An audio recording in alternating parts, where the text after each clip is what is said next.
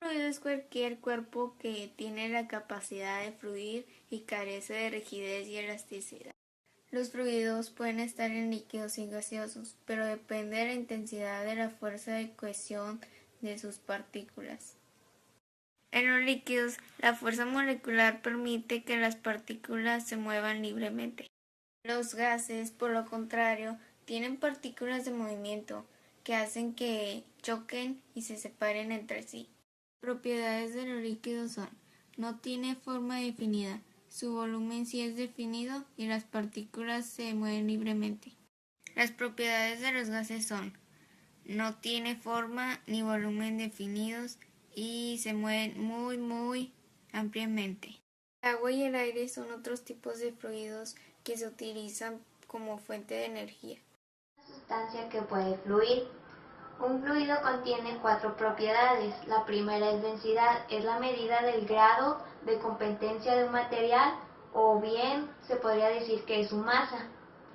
La segunda es la compresibilidad, se expresa mediante el módulo elástico de compresión. La tercera, viscosidad, medida de la resistencia del fluido al corte cuando el fluido está de movimiento.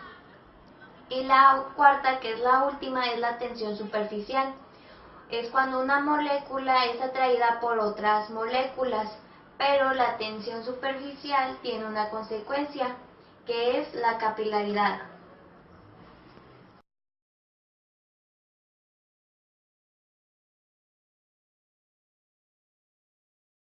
Distribución de agua en un edificio.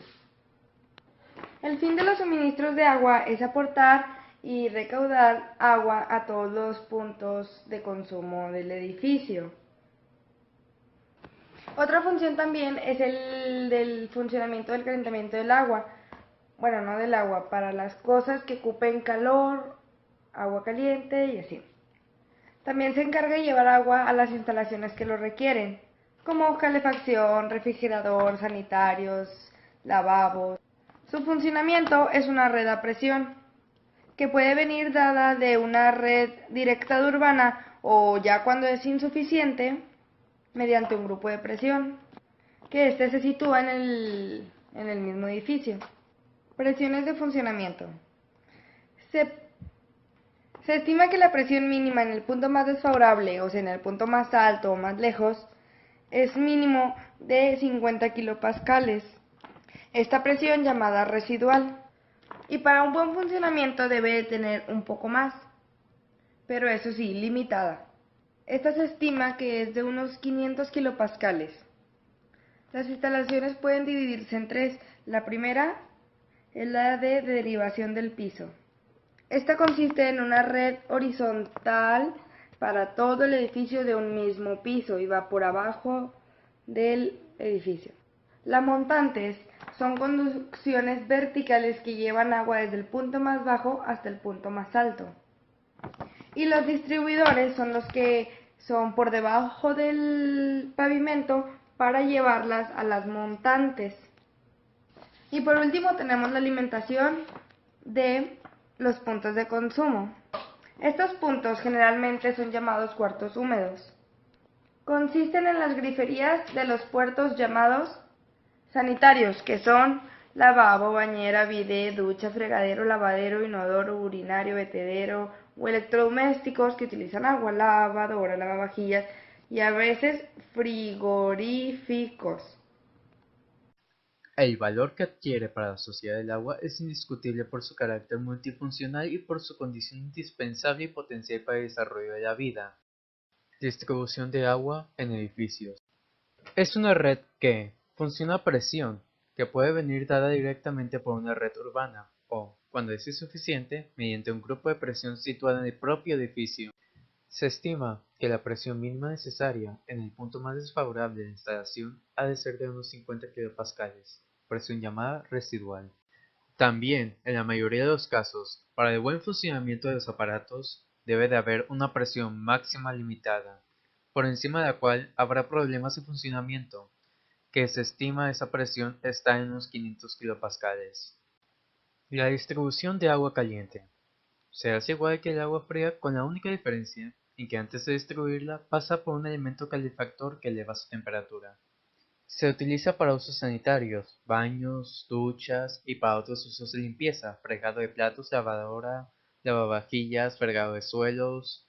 Normalmente el agua procede en la instalación de agua del edificio.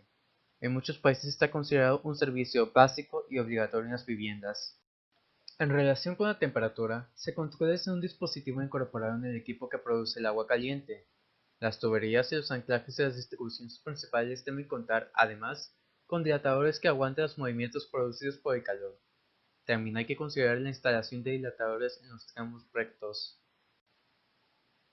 El aislamiento de las redes de tuberías es fundamental para que los fluidos lleguen a su destino con una temperatura muy próxima a la que le proporcionó el calentador. El dispositivo de revelación permite controlar los grados a los que se calientan los fluidos.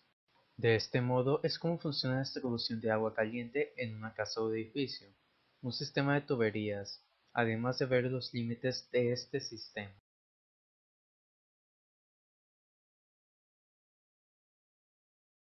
¿Cómo es la distribución de gas en las viviendas? Existen dos tipos de gases, el gas butano y el gas natural.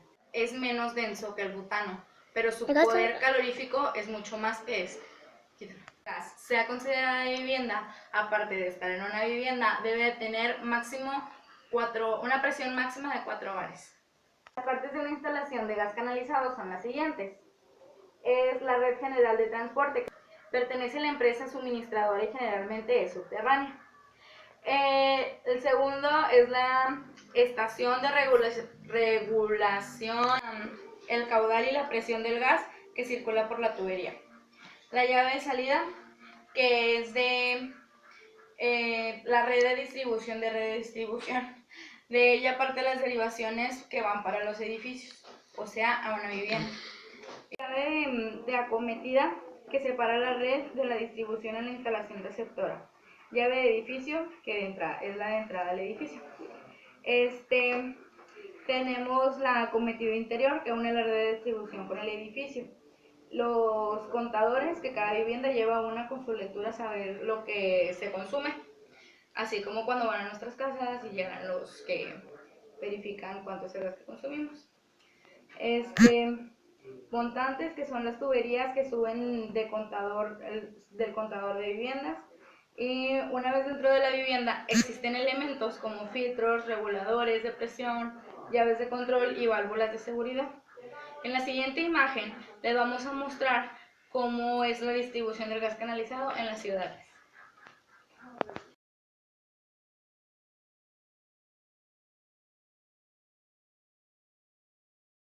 Una ventaja y desventaja sobre el gas natural. La ventaja es que el gas natural es flexible y no deja residuos consistentes, pero tenemos una gran desventaja. Lo que ocurre es que el gas natural ocupa mucho espacio, mucho más espacio que un líquido y un sólido. Entonces, para poder comprimirlo necesitamos ejercer una presión muy alta o incluso también licuarlos a temperaturas bajísimas. Entonces, esto genera muchísimos gastos extras.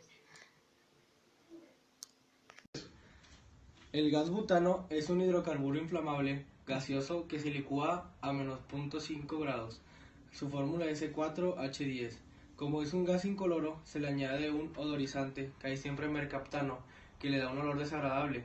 Por lo tanto, se le permite ser detectado. En caso de incendio, se usa el dióxido de carbono, que ayuda a enfriar y dispersar sus vapores. El butano comercial es un gas obtenido por destilación del petróleo, 60% butano, 9% propano, isobutano 30% y etano 1%. Se usa para la cocina, para el agua caliente, encendedores de gas y encendedores de bolsillo. No se usa en grandes cantidades debido a su transporte y su almacenaje. Vamos a hablar de las ventajas y desventajas. Las ventajas: se considera una de las energías más poderosas para producir calor en forma controlada. Es de las más limpias, seguras y competitivas del mercado. Es un gas eficiente y económico. Produce menos contaminación y es más barato que el gas natural. Puede explotar si se usa incorrectamente. Se recomienda usar las desventajas. Puede explotar si se usa incorrectamente. Se recomienda usarlo en zonas templadas ya que su congelación es en 0 grados. Su uso limitado es por el envase, porque es difícil transportarlo. Y al terminar se tiene que rellenar o marcar a la empresa de donde es para que lo venga a rellenar.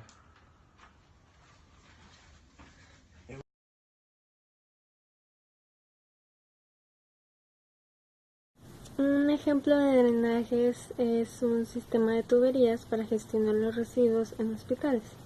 Hablar de residuos urbanos y pensar en las basuras que generan los hogares, comercios y locales de hostelería es habitual, pero esa fotografía es incompleta si no añadimos muchos otros espacios donde se producen desechos.